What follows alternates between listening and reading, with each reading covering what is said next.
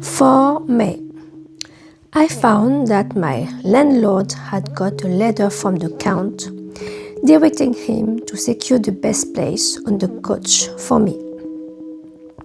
But on making inquiries as to details, he seemed somewhat reticent and pretended that he could not understand my German. This could not be true because up to then he had understood it perfectly. At least he answered my questions exactly as if I did. He and his wife, the old lady who had received me, looked at each other in a frightened sort of way. He mumbled out that the money had been sent in a letter, and that was all he knew.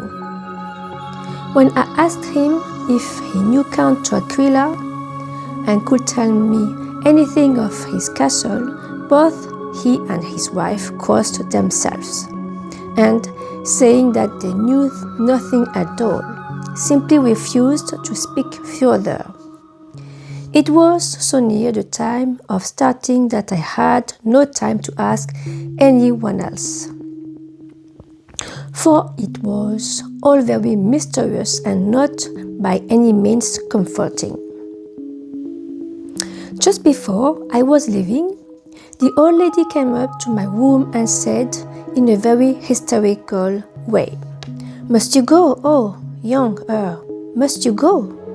She was in such an excited state that she seemed to have lost her grip of what German she knew and mixed it all up with some other language which I did not know at all. I was just about able to follow her by asking many questions. When I told her that I must go at once and that I was engaged on important business, she asked again, "Do you know what day it is?" I answered it was the 4th of May. She shook her head as she said again, "Oh yes, I know that, but do you know what day it is?"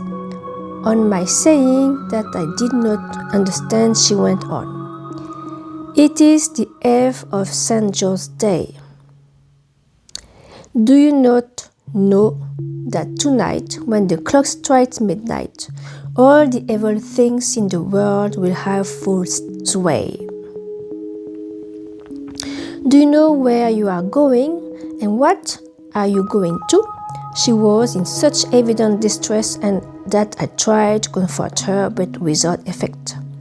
Finally, she went down on her knees and implored me not to go, at least to wait a day or two before starting. It was all very ridiculous, but I did not feel comfortable. However, there was business to be done, and I could allow nothing to interfere with it. I therefore tried to raise her up and said, as gravely as I could, that I thanked her, but my duty was imperative and that I must go. She then rose and dried her eyes, and taking a crucifix from her neck offered it to me. I did not know what to do, for as an English churchman, I have been taught to regard such things as in some measure idolatrous, and yet it seemed so ungracious to refuse an old lady meaning so well, and in such a state of mind.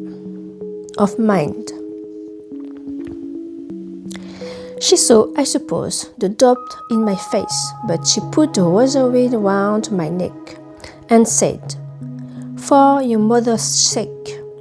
We went out of the room.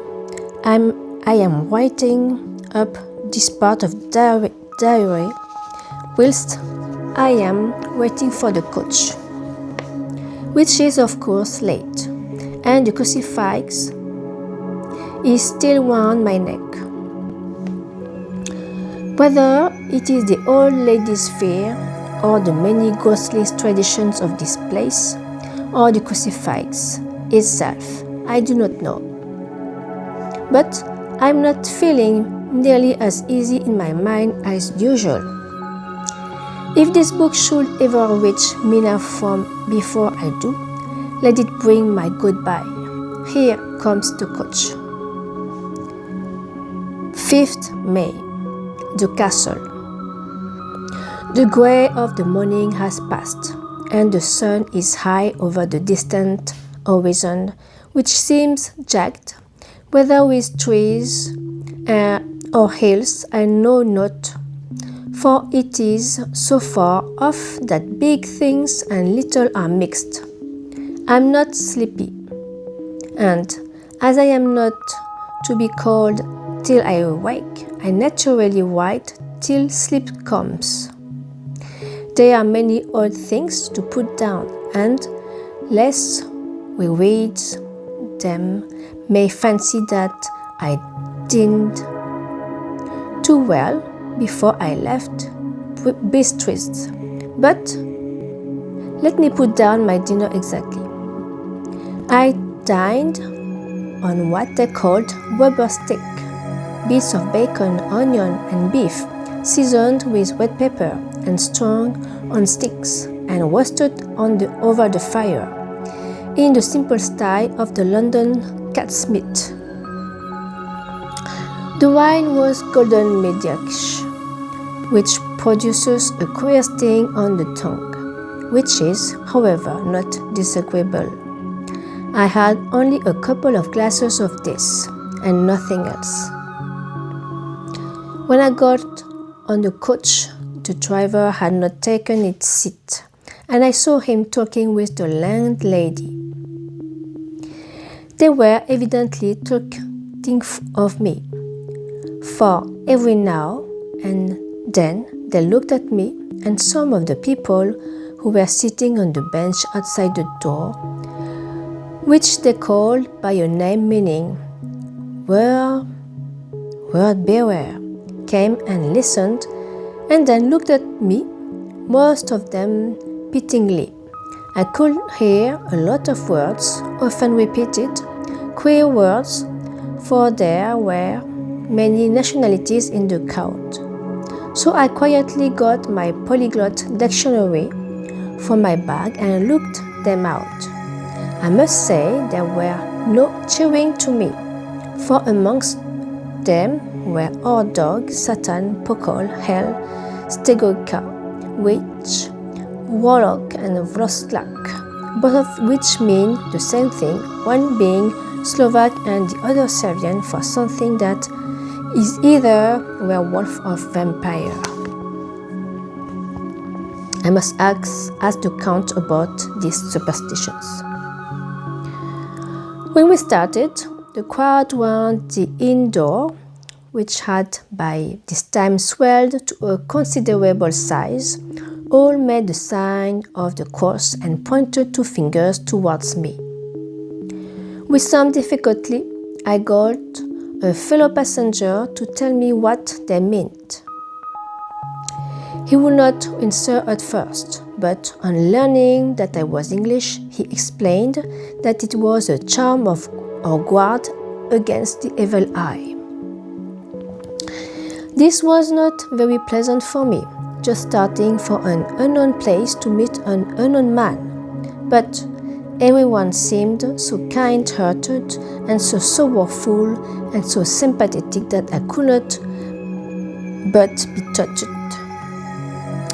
I shall never forget the last glimpse which I had of the inn yard and its crowd of picturesque figures, all crossing themselves as they stood round the white archway, with its background of rich foliage and oleander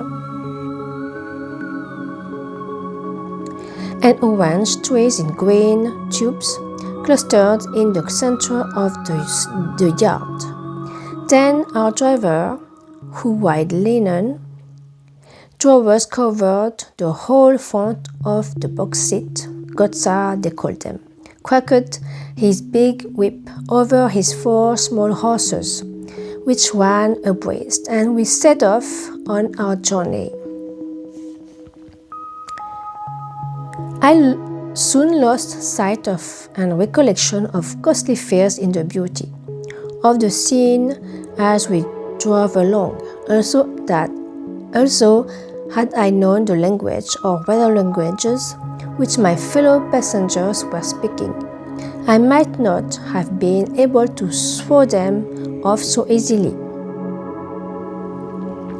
Before us lay a green sloping landful of forests and woods, with here and there steep hills crowned with clumps of trees or with farmhouses, the blank gable end to the road. There was everywhere a bewildering mass of fruit blossom, apple, plum, pear, cherry, and as we drove by I could see the green grass under the trees spangled with the fallen petals. In and out amongst these green hills of what they call here the Myrtle Land ran the road, losing itself as it swept round a grassy curve or was shut out by the straggling ends of pine woods, which here and there ran down the hillsides like tongues of flame. The road was huge, but still we seemed to fly over it with a feverish haste. I could not understand then what the haste meant, but the driver was evidently bent on losing no time in reaching Bogopond. I was told that this road is in summertime excellent, but that it had not been yet put in order after the winter snows. In this respect, it is different from the general run of roads in the Carpathians, for it is an old tradition that they are not to be kept in too good order. Of old, the hospodars would not repair them, lest the Turk should think that they were preparing to bring in foreign troops, and so hasten to the war which was always ready at loading point. We stop here.